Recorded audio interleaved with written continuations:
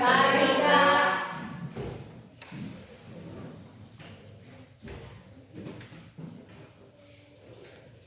Sebelum itu Ibu mau perkenalkan diri dulu ya, supaya kalian jangan bertanya-tanya siapa saya. Perkenalkan nama Ibu di Sapa Ibu Angel, dan saya nama lengkap saya Angelia Astari, dan saya mahasiswa STT, dan di sini saya praktek 1 hari aja. Dan Ibu mohon kerjasamanya yang baik. Nah, sebelum kita mulai kegiatan belajar kita hari ini, mungkin ada salah satu yang mau pimpin lagi.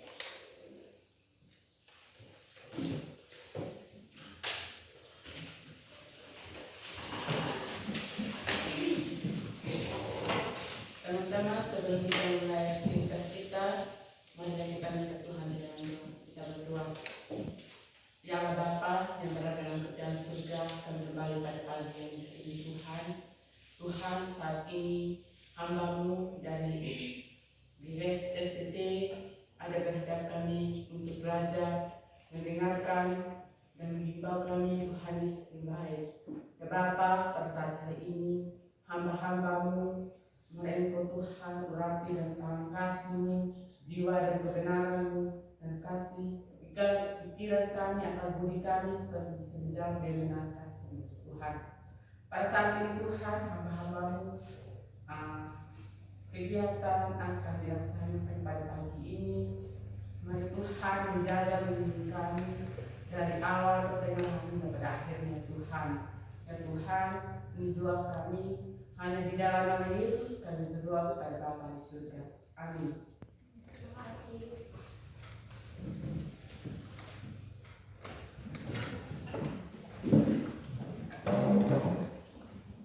Di sini juga Ibu mau bertanya.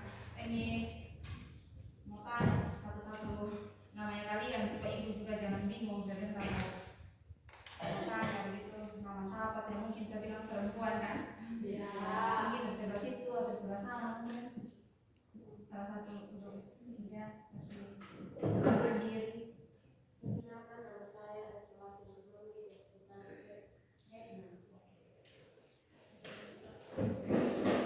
Kenalkan nama saya adalah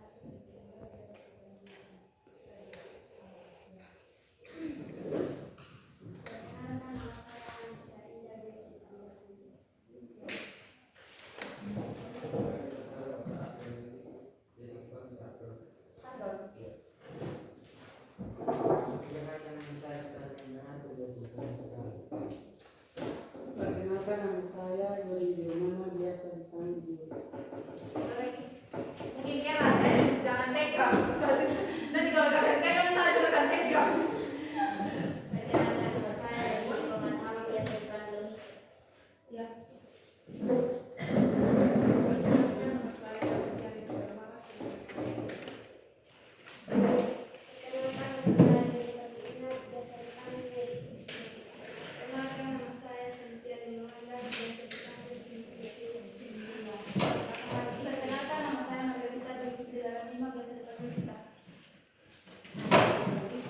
Perkenalkan nama saya Gregory Setiapuranadi dari Panggil. Ya Geri. Hai Geri. Perkenalkan nama saya Ibrona Kodri Ivo. Perkenalkan nama saya Evelina, biasa dipanggil. Perkenalkan nama saya Marcelina Paulina, biasa dipanggil Marcelina. Perkenalkan nama saya Evania Harandora, biasa dipanggil Pani. Oke. Terima kasih anak-anak. Dari sekian banyak kalian ya, saya ingat nama Mary, Gary, dan Marcelina. Ada Pak Marcelina di sini? Oke. Jangan sampai lupa dengar. Oke, tapi tidak apa-apa ya. Ini juga berkenan.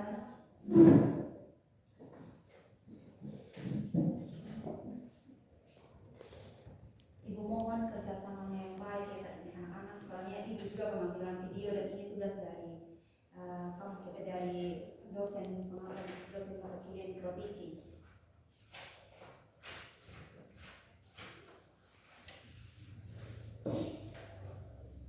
Karena ini sebenarnya ada LCD, kayak di sini kan tidak ada LCD, jadi Ibu juga yang menonton tidak masih lihat gambar di kalian.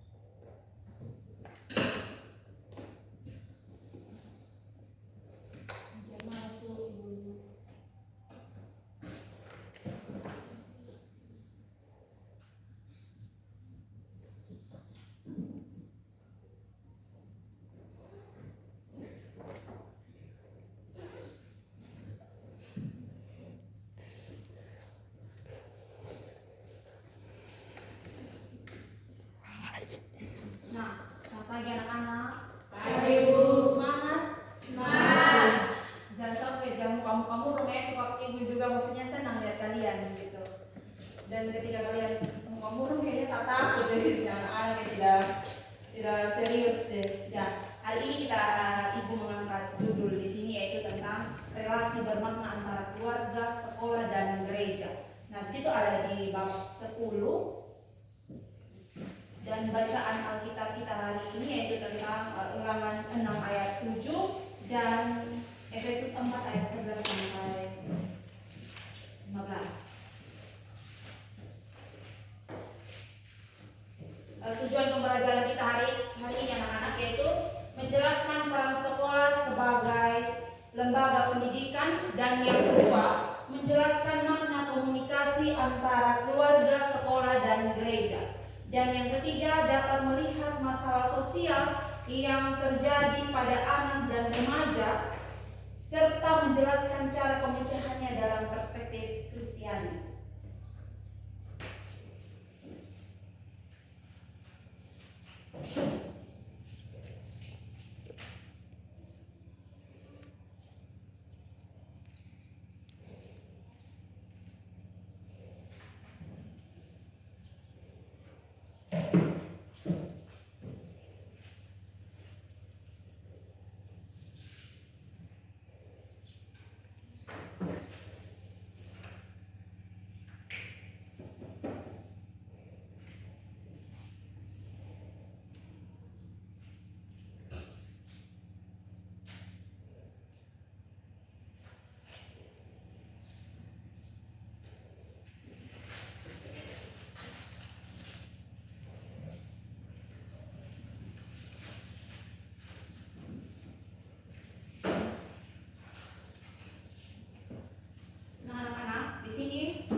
Hal pertama yang kita akan membahas yaitu tentang anak dan pendidikan.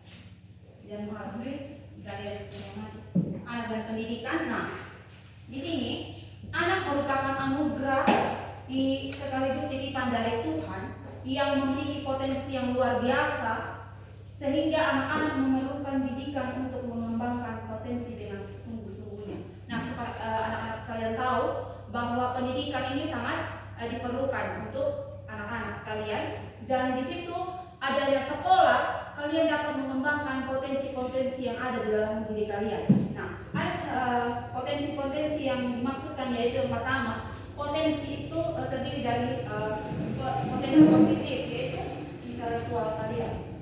Intelektual itu dia berbicara tentang pandangan kalian, cara pikir kalian. Nah, di situ sekolah dapat menggali setiap apa yang ada potensi dalam diri kalian sekalian. Dan ingat anak-anaknya, mohon dicatat nanti karena sebentar ada penugasan untuk kalian diskusi. Jadi jangan kalian diam-diam gitu. Takutnya sebentar kalian bingung apa sih tadi ibu omong gitu. Potensi-potensi yang ada di dalam diri kalian yang di sekolah akan menggali yaitu pertama potensi intelektual. Nah, intelektual itu dia berbicara tentang pikiran kalian, kecerdasan kalian. Nah, di sekolah akan menggali potensi-potensi yang ada dalam diri kalian. Yang kedua yaitu afektif, yaitu moral. Di mana moral itu di mana sekolah mengeluarkan setiap potensi yang ada di kalian, seperti cara menghargai, cara sopan santun kalian. Ketika kalian berada di lingkungan sekolah, mungkin di situ Bapak Ibu guru akan membantu kalian, membentuk setiap nilai-nilai yang ada dalam diri kalian. Dan yang ketiga potensi spiritual. Spiritual itu tentang keimanan kalian. Itu juga bukan hanya di sekolah yang dapat membentuk kalian, tetapi di rumah juga dapat membentuk setiap iman kepercayaan kalian masing-masing. Dan di situ sekolah akan dapat membentuk apa yang menjadi tugas dan tanggung jawab sekolah, di mana sekolah dapat tentunya guru agama ya. Tentunya guru agama akan menggali setiap nilai-nilai Kristiani kalian, nilai-nilai cara menghargai kalian dengan orang lain, cara sopan santun dengan orang lain, apakah kamu menghargai orang lain atau tidak. Nah, yang keempat itu potensi psikomotorik atau keterampilan. Nah, anak-anak sekalian, di situ keterampilan. Berbicara keterampilan di sini, pasti di sekolah itu pasti kalian anak-anak ini apalagi apa ATHP apa? HPP. Itu yang praktek buat kue ya.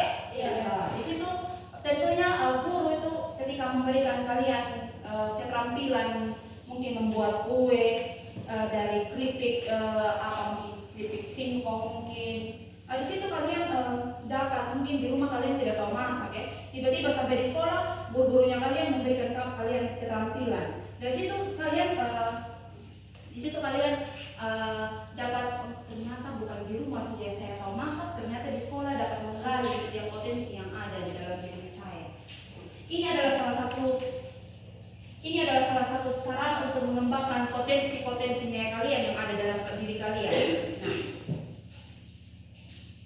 yang berikutnya, sekolah sering juga dipandang sebagai lingkungan pendidikan yang kedua, dan setelah lingkungan pertama yaitu keluarga, dan lingkungan kedua yaitu sekolah. Nah, mengapa lingkungan kedua itu sekolah? Karena pembentukan, ingat anak-anak, karena pembentukan diri kalian itu dari keluarga, dan yang kedua itu dari sekolah. Di sekolah ketika orang tua tidak mampu mengatasi kalian karena dengan berbagai era teknologi atau zaman yang baru sekarang, nah maka orang tua akan memberikan kalian kepada sekolah untuk membina dan membentuk kalian. Pesatnya perkembangan ilmu pengetahuan dan teknologi mengakibatkan orang tua tidak mampu mendidik anaknya sendiri, sehingga menyerahkan sebagai tugas dan tanggung jawab kepada guru yang menjadi pendidik sekolah. Nah, seperti yang Ibu katakan tadi, orang tua karena berbagai teknologi yang berkembang saat ini, orang tua dapat menyerahkan kalian di sekolah untuk kalian dapat dibentuk, dibina. Nah, di situ kalian anak-anak di situ tentunya ada banyak perubahan yang terjadi di dalam lingkungan sekolah. Yang berikut 3 pusat pendidikan atau 3 pusat pendidikan. Nah, ada 3 pusat pendidikan. Yang pertama, pendidikan dalam konteks keluarga. Yang kedua, pendidikan dalam konteks gereja. Yang ketiga, pendidikan dalam konteks sekolah. Pasti kalian bertanya, pendidikan dalam konteks keluarga? Nah, pendidikan dalam konteks keluarga adalah di mana anak dapat berinteraksi dengan orang tua dan anggota keluarga yang lain. Ia memperoleh pendidikan informal melalui proses sosial dan edukasi. Dengan adanya pendidikan dalam konteks keluarga ini, anak-anak, nah tentunya gereja sekolah dan keluarga tentunya ada ikatan atau ada kesinambungan, yaitu di mana ketika yang Ibu bilang tadi, ketika keluarga tidak mampu untuk membina kalian, tentunya ada sekolah. Yang kedua, pendidikan dalam konteks gereja. Dalam konteks ini, anak berinteraksi dengan seluruh anggota gereja yang berbeda secara umur, tingkat sosial maupun budaya. Nah, kenapa Ibu katakan dengan adanya relasi antara konteks gereja ini, kalian semua dapat berinteraksi. Nah, di situ tentunya ketika kalian di sini di mana itu sering ikut PRP muda. Sering. Tentunya di situ kalian apa? Ketika kalian pergi gereja juga, ketika kalian pergi gereja pasti kalian menemukan orang-orang yang berbeda budaya, dan di situ tentunya umur pasti berbeda ya. Di situ berbagai umur yang berbeda. Nah, dengan adanya itu kalian dapat, oh ternyata saya dapat menghargai orang yang lebih dewasa dari saya dan orang yang berbeda. Tentunya warna kulit pasti dong. Karena jangan kulit, rambut aja. Ketika rambut kita berbeda, ingat anak-anak, jangan pernah bilang dia rambut keriting, dia rambut lurus. Nah, di situ Ibu mau katakan kita semua sama. dengan adanya ini anak-anak dapat belajar bahwa adanya pendidikan dalam konteks gereja dan keluarga ini sangat baik. Dalam konteks mungkin orang bilang sini kenapa? Tidak, jangan sampai ada saya terlalu cepat. Kalau memang ada yang ganjil, sampaikan aja ketuk meja, sampaikan aja supaya biar saya mengajar jangan terganggu gitu. Kalau memang ada yang kalau saya terlalu cepat, ketuk meja aja, tegur aja apa-apa.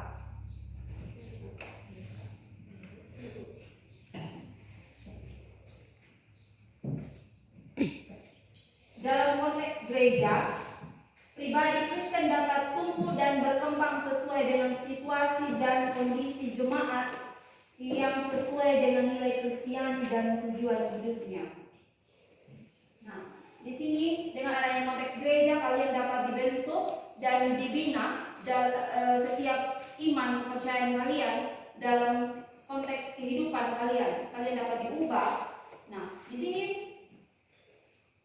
perlunya kalian juga anak-anak sekalian aktif dalam entah itu pemuda, remaja dan rajin ke gereja. Nah, di situ kalian akan melihat ketika kalian sungguh-sungguh dalam konteks mungkin dalam konteks keluarganya kalian suka beribadah atau dalam konteks gereja kalian suka tanpa disuruh orang tua juga kalian mau untuk pergi ke gereja atau bergabung dengan anak-anak pemuda yang lainnya, pasti tentunya kalian akan pasti atau tidak kalian akan berubah.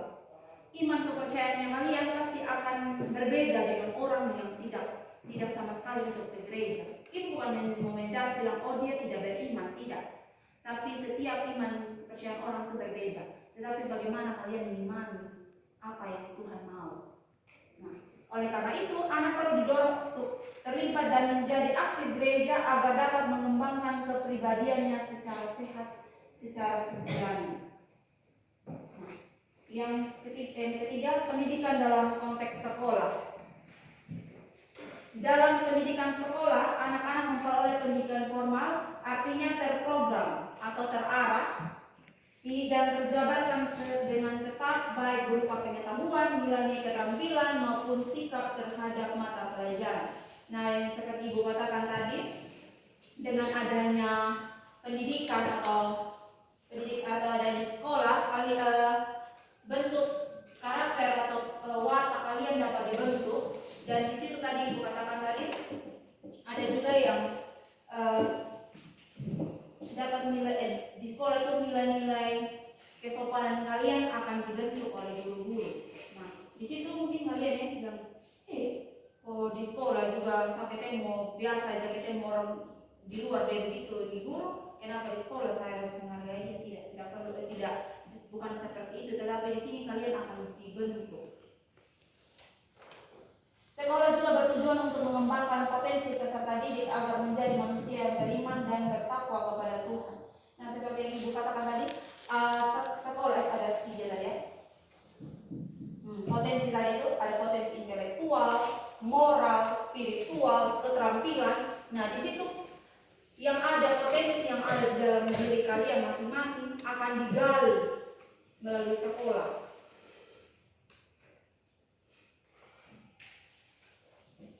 Yang ketiga, relasi antara sekolah dan keluarga.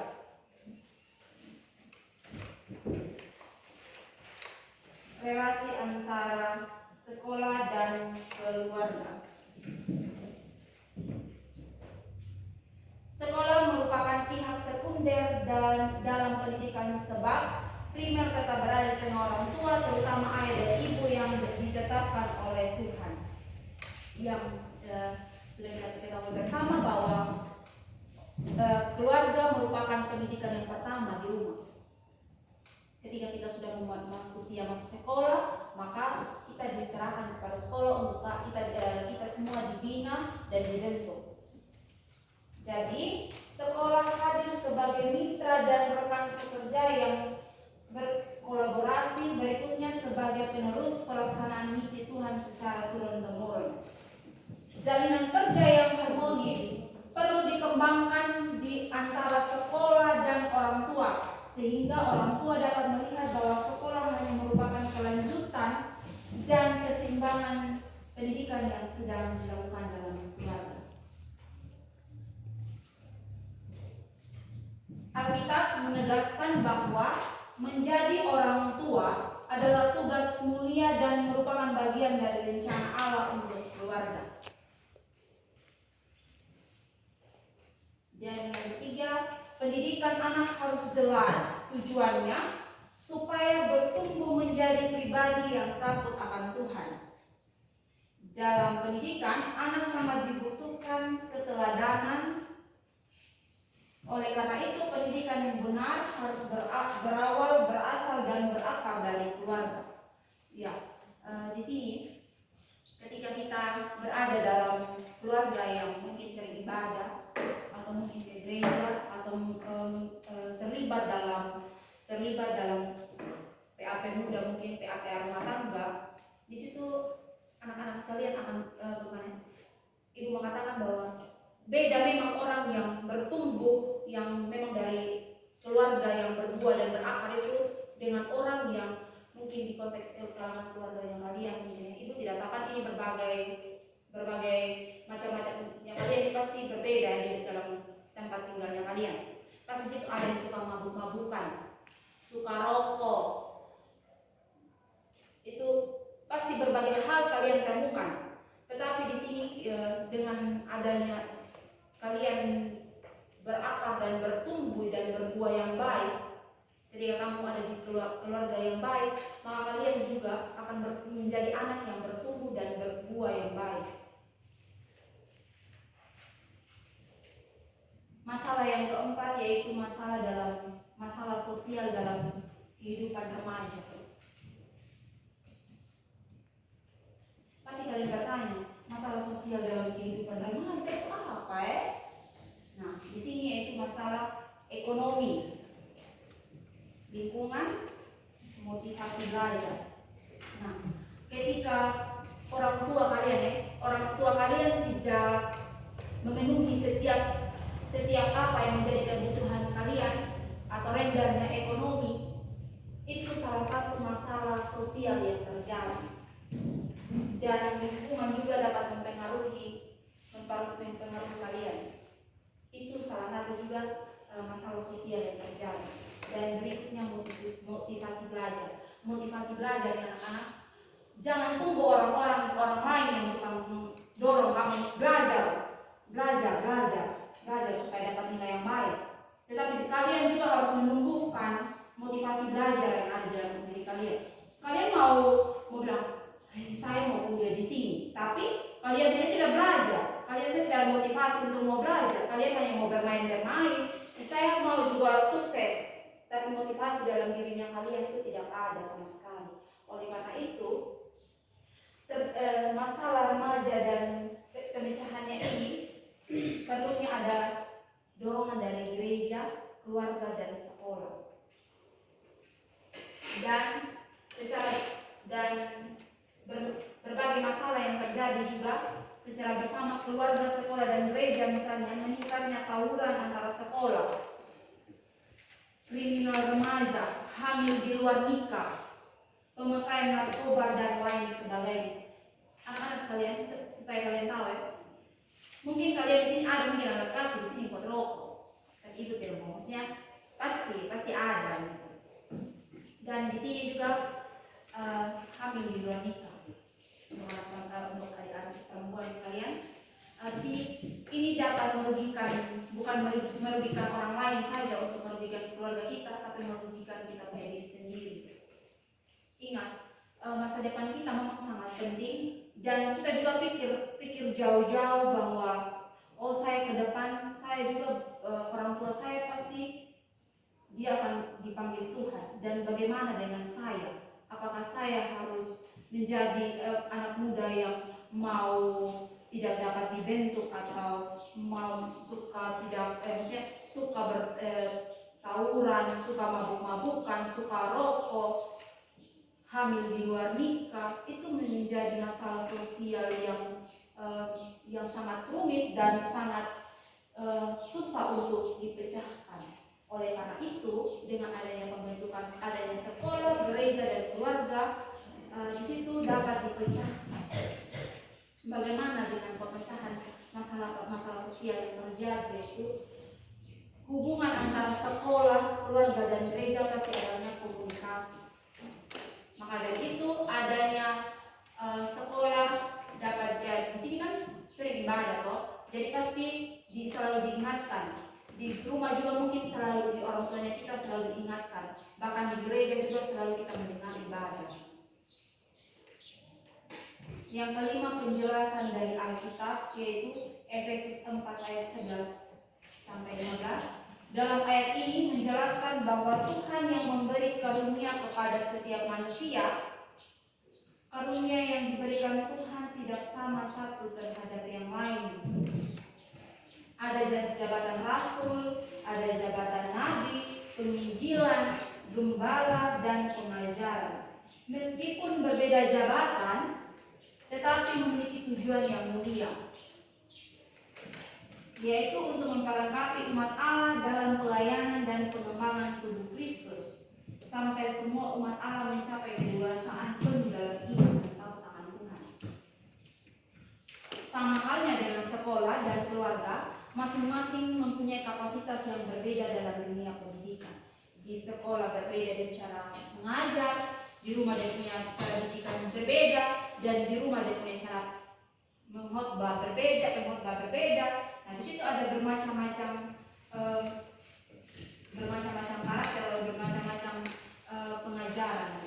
Dan di situ tetapi akan memiliki tujuan yang sama untuk mencapai kedewasaan yang penuh terhadap kalian dan secara utuh terhadap aspek kehidupan untuk membentuk kehidupan kalian. Nah, ada juga Ulangan 6 ayat 7 sampai 9. Dalam ayat ini berisi panggilan untuk mengerjakan iman pada setiap situasi. Oleh karena itu, berbagai kesempatan dapat dipakai sebagai kesempatan untuk mengerjakan iman, misalnya saat bicara, berjalan, makan, atau dalam kesempatan yang lain. Kasih Tuhan, kebaikan Tuhan harus diajarkan secara berulang-ulang kepada anak, sehingga anak memiliki iman yang teguh di dalam Tuhan dan tidak mudah diombang-ambing oleh ajaran sesat. Nah, kita tahu bersama, ketika kita tidak mendapat, apalagi sekarang di media sekarang semakin canggih, kita punya agama Kristen, ini agama Kristen, datang ada yang bawa-bawa Tuhan. Ketika kalian di media sosial, mungkin kalian ada, mungkin kalau kamu buka Facebook ya, ajarannya hampir sama dengan Tuhan Yesus, tapi dia punya aliran-aliran yang sebenarnya aliran sesat yang dia bawa kalian. Nah, di situ kita, sebagai anak kita pintar-pintar untuk memilah yang baik. Kita harus mendalam iman kepercayaan kita kepada Tuhan. Dan untuk kita anak-anak, untuk tugas diskusinya, ini adalah diskusi. Kalian ada diskusi 2, 4, 6, 8, 10, 12, 14, 15 orang. Coba bagi-bagi 3 kelompok.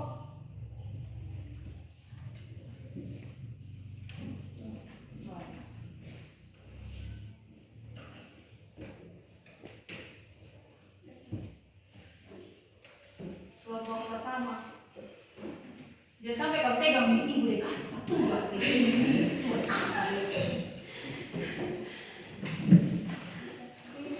Sebelum ibu kasih tugas, mampir diri. Coba kamu jangan pegang, jangan sampai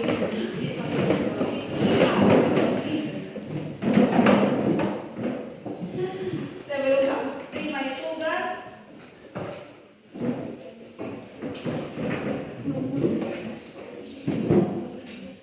kita semua di lagu, mari puji Tuhan, mari puji Tuhan.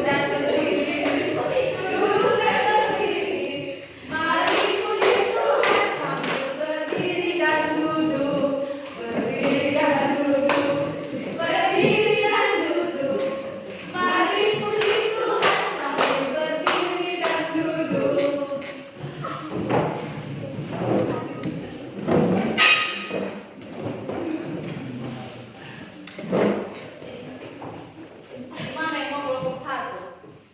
Oh, jadi kelompok satu. Soal untuk diskusi untuk kelompok satu, menurut pendapat kalian kelompok satu, bagaimana pendidikan yang baik bagi anak di rumah dan di sekolah? Saya ulang ya, menurut pendapat kalian, ya, bagaimana pendidikan yang baik bagi anak di rumah dan di sekolah?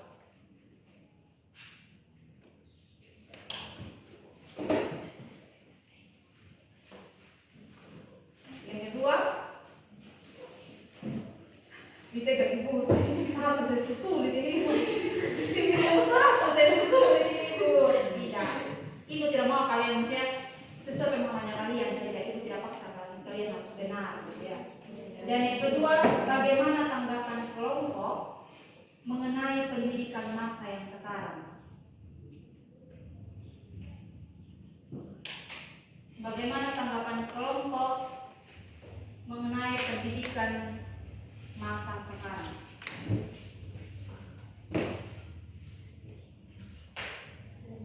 Sudah? Yang kelompok dua. Menurut kelompok dua, bagaimana supaya baik keluarga, gereja, dan sekolah? Menurut kelompok dua, bagaimana supaya baik keluarga, sekolah dapat menumbuhkan pendidikan Kristen bagi kehidupan kalian?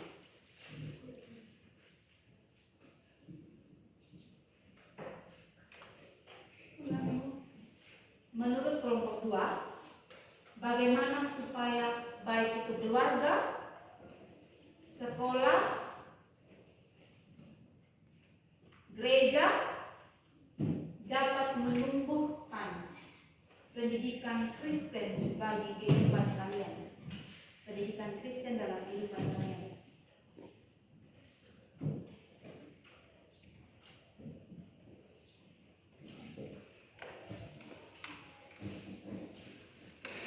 Yang kedua,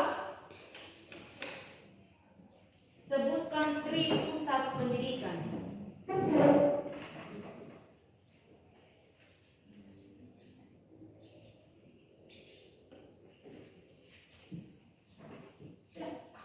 Kelompok 3. Apa yang dapat kamu lakukan untuk menolong keluarga? Untuk menolong keluarga, apa yang dapat kamu lakukan untuk menolong keluarga, gereja, dan sekolah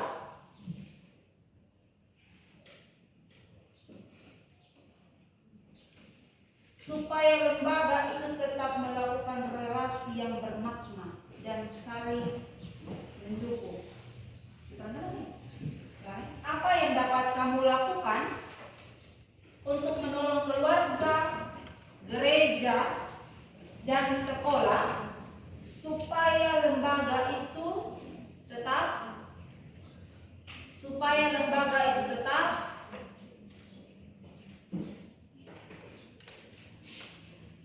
melakukan relasi yang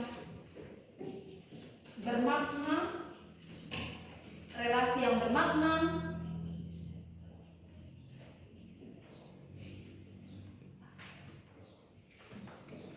dan saling mendukung?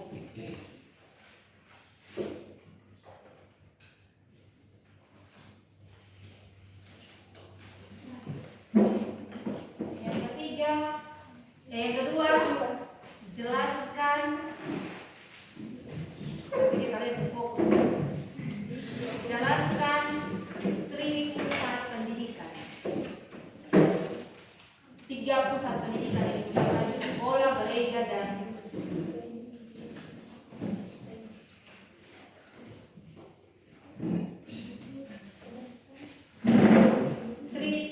pendidikan, ada 3 pusat pendidikan. Sekolah itu apa saja yang mereka lakukan, gereja dan keluarga yang harus dilakukan. Itu saja. Atau mau tambah? Yes.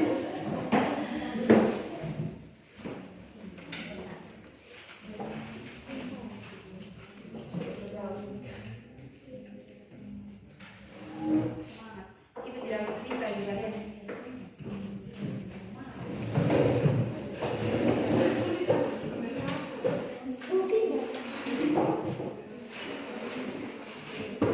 Jangan kerja sendiri, kerja sama-sama. Kau yang pegang-pegang, kau saja jangan pegang. Mana sendiri?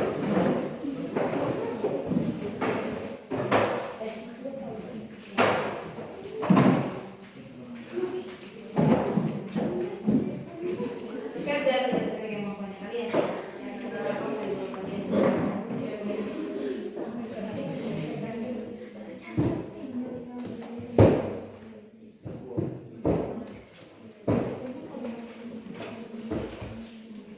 Para cowok-cowok 3 semangat.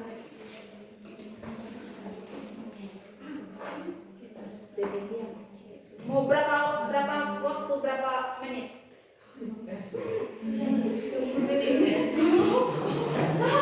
Bisa dijawab ibu. Oh, 15 menit. Dari kelompok ini 30 menit ibu. Berapa? 15. Kalau di sini? Kayaknya kelompok ini antara yang jadi kelompok 1.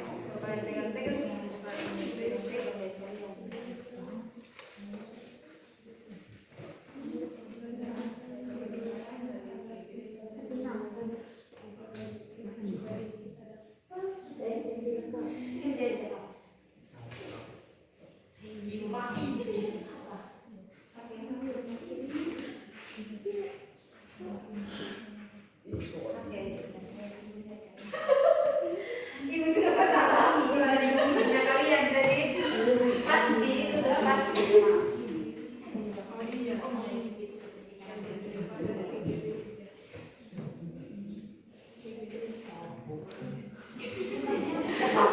Ini tapi ibu datang.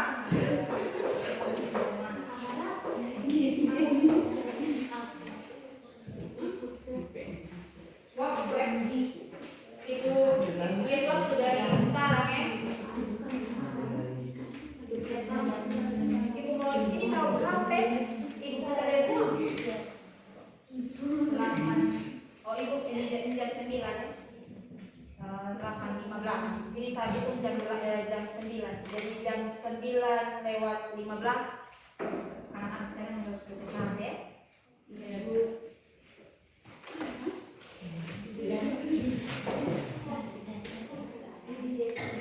Laki-laki jangan hanya ini nonton aja, harus kerja juga. Mana biasa di sini kan perempuan semua, biasa perempuan, jadi semua perempuan. Masalahnya nanti kalau kuliah bukan hanya perempuan saja yang kuliah, laki-laki juga. Dan ikut serta dalam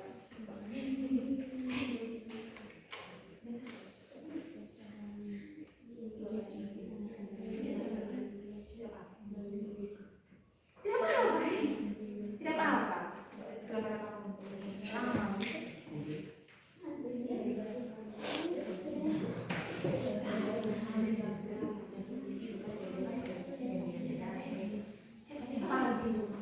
Panas.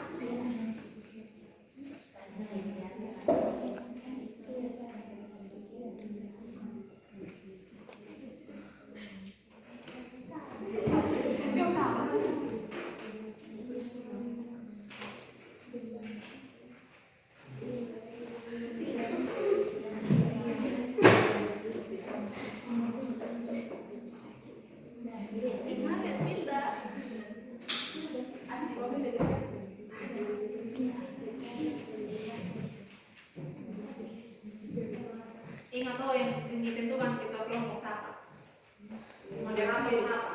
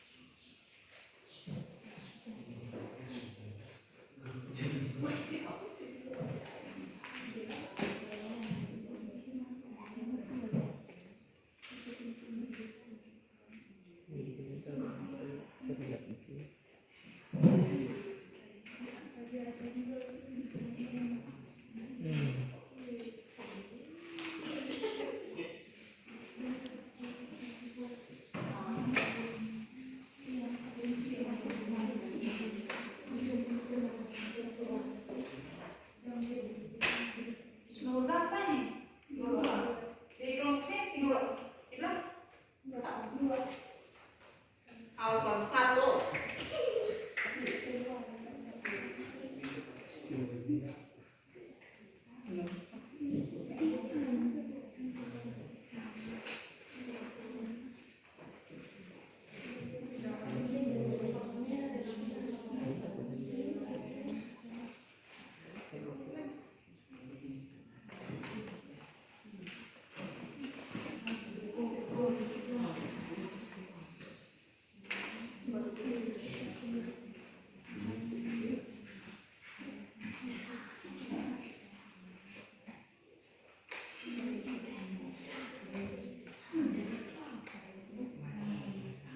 Kasih bilang nih kasih dia. Ada yang marah tadi. Ibu tega. Kasih saya bisa sombong karena bukan laki-laki bisa sombong. Perempuan juga.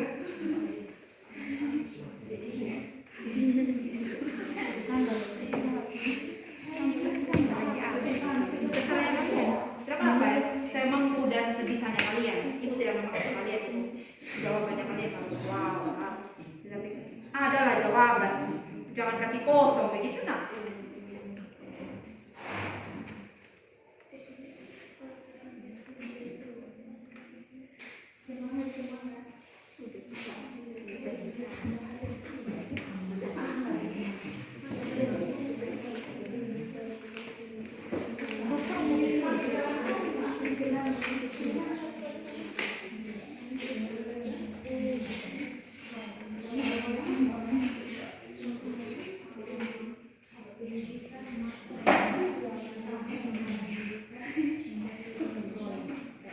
Kalau kelompok satu sudah apa SMP jaya, kalau sudah ini apa ya, coba presentasi.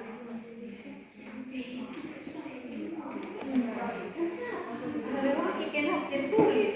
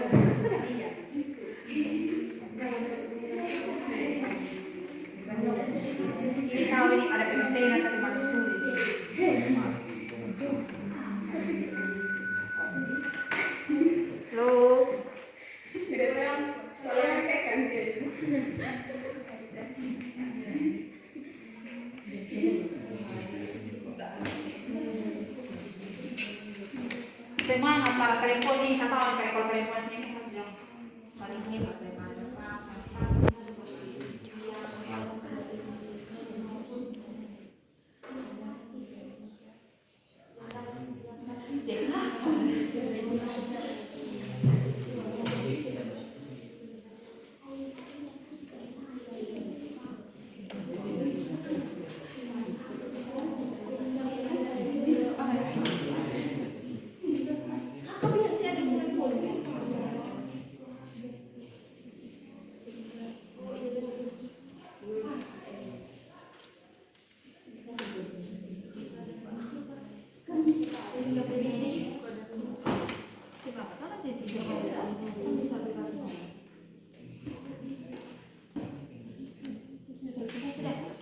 kelompok 1 sudah mana belum juga jam berapa?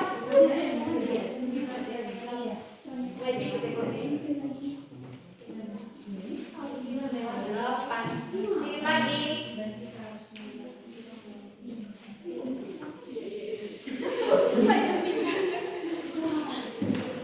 Bagus ini yang pada dia harus pada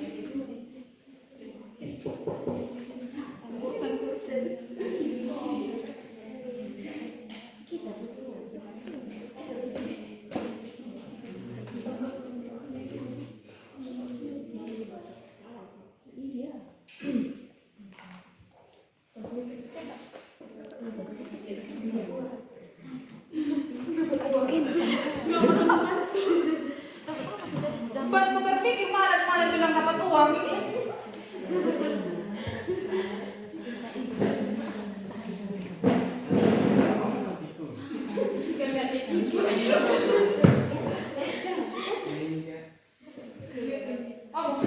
Kamu sudah supaya cepat supaya jangan lama.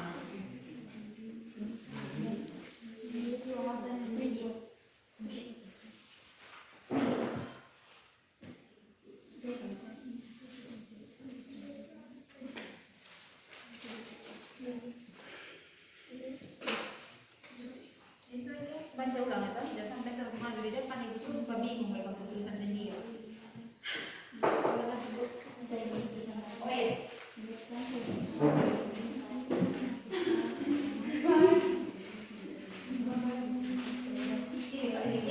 Ini kayaknya dong merasa sulit nih dong kita tanyakan.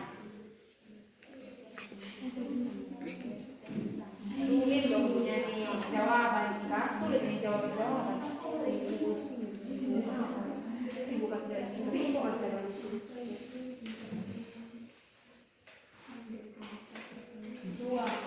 Oke, nanti dia suka jadi dia. Sama? Badan saja yang besar. Keras. Sama-sama. Sukarli. Jangan malu-malu, dia keras kita suka harus aktif, jangan diam-diam. Sudah diam di rumah, diam di sekolah, maka diam-diam terlena sudah.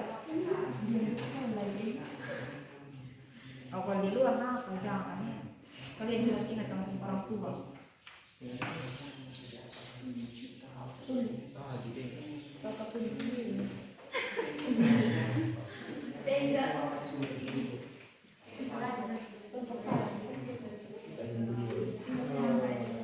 Harus kasih selesai semua. Entah kalau sudah semua di kelompok 1 baru bilang kelompok 3 masih tulis loh. Itu selesai.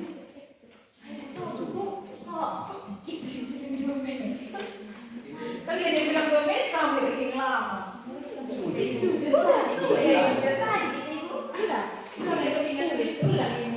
Sudah. Sudah siap kelompok 1.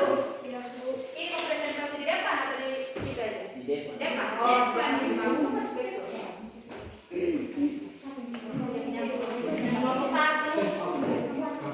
1 ini moderator, yang 1 sampaikan jawabannya kalian, jawaban kelompok.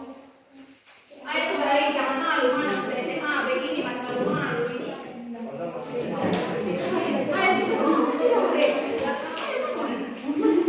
ngomong semua, jangan hanya yang toleransi.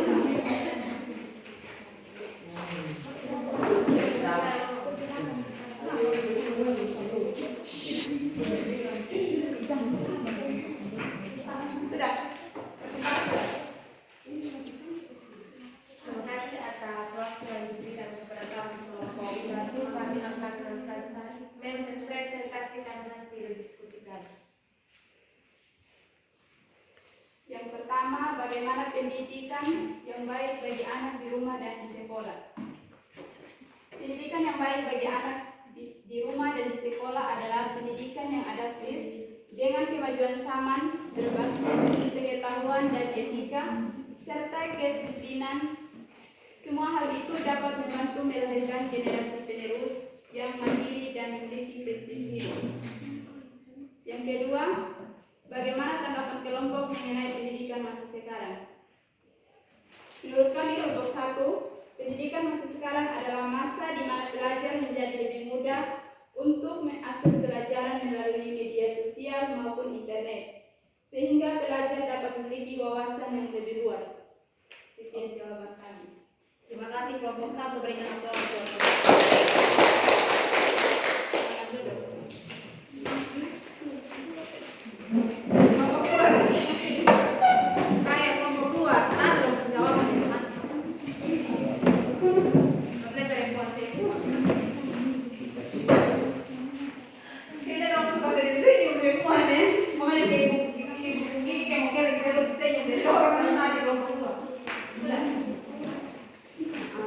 Selamat pagi untuk kita semua. Terima kasih atas waktu yang diberikan kepada kami kelompok 2. Kami akan mempresentasikan hasil diskusi kami.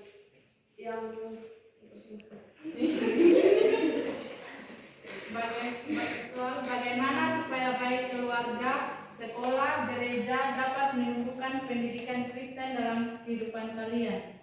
Jawaban, kita harus rajin beribadah ke gereja dan ikut serta dalam kegiatan yang kita lakukan di dalam gereja seperti PA Pemuda dan gotong royong.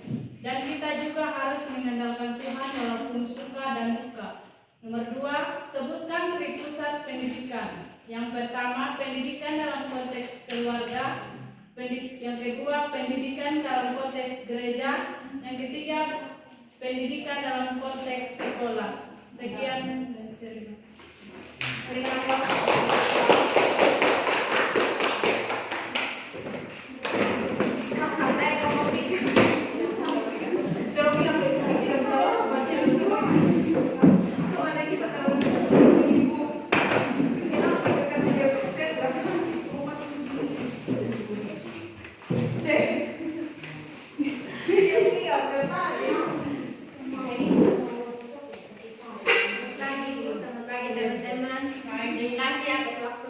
Kesempatan yang diberikan kepada kami kelompok 3 untuk menyampaikan hasil diskusi kami. Begitu saya persilahkan kepada kawan saya untuk membantu. sama yang di sana yang presentasi. Sudah jangan malu-malu, ada kelas malu-malu. Di luar banyak ini teman tanya sampai di dalam kelas sudah tahu teman-teman ini. Aku sudah. Kalau tadi aku minta ditanya. Apa aja malu-malu? Hanya baca saja ya Allah. Siap sudah. Ibu minta. Biar pengambilan video itu dulu. Kayak video aku. Sudah. Bagi dua kalian toh. Satu perempuan, satu laki-laki. Nomor 1 suka beli. Hei, nah, jadi orang ini bahasa suka beli, so kita beli dari sampai mau sekali. Jawaban pasal.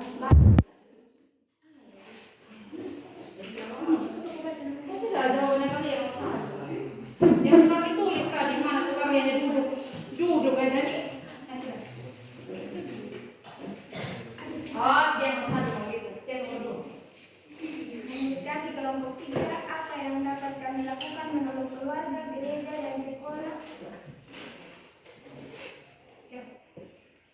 Menurut kami kelompok 3, apa yang dapat kami lakukan menolong keluarga, lembaga gereja dan sekolah supaya lembaga itu tetap melakukan relasi yang bermakna dan saling mendukung. Ialah ikut berpartisipasi dalam seluruh kegiatan dalam maupun aktivitas yang pasif.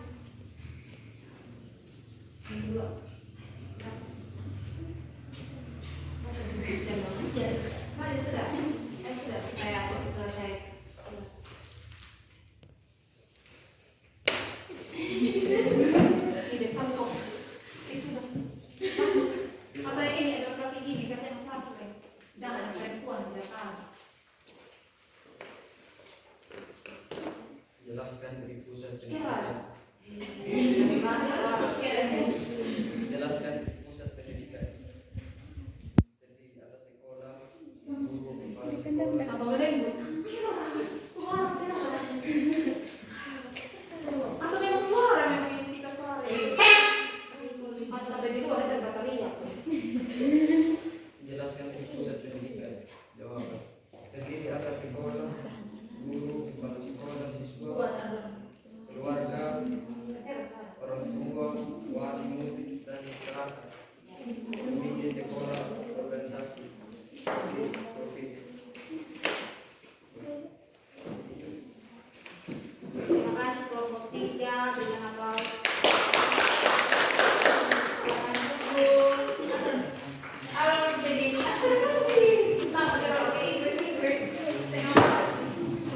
Oke, terima kasih banyak. Jadi ulang ini apa? Duduk secara rapi.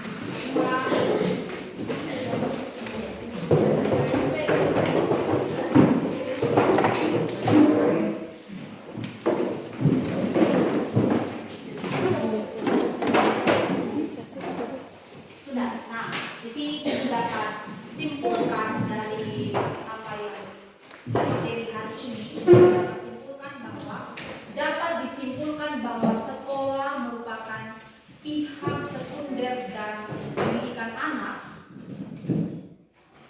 dan primer tetap berada dalam tangan orang tua. Yang berikutnya, sekolah hadir sebagai mitra yang berkolaborasi dengan orang tua dalam mendidik generasi berikutnya sebagai penerus pelaksanaan misi Tuhan secara turun-temurun. Dan yang kemudian, komunikasi antara sekolah dan keluarga perlu terjalin dengan baik. Keluarga dituntut untuk bersedia memberikan dukungan bagi kalangan anak dan pekerjaan melalui sekolah. Karena pendidikan di sekolah tidak akan optimal jika tidak ada dukungan dari orang tua bahkan keluarga. Di mana juga sekolah dapat memberikan fasilitas yang layak untuk peserta didik agar dapat membantu proses belajar anak dan dapat menumbuhkan minat peserta didik. Lalu, dan pada pendidikan modern saat ini, anak-anak bisa belajar dari media apapun seperti yang satu, media apapun, namun dengan adanya media yang mempermudah kalian harus mempergunakan dengan sebaik-baik mungkin. Nah, ada motivasi untuk kalian semua sebelum kita mengakhiri kelas kita hari ini. Ibu memberikan motivasi untuk kalian.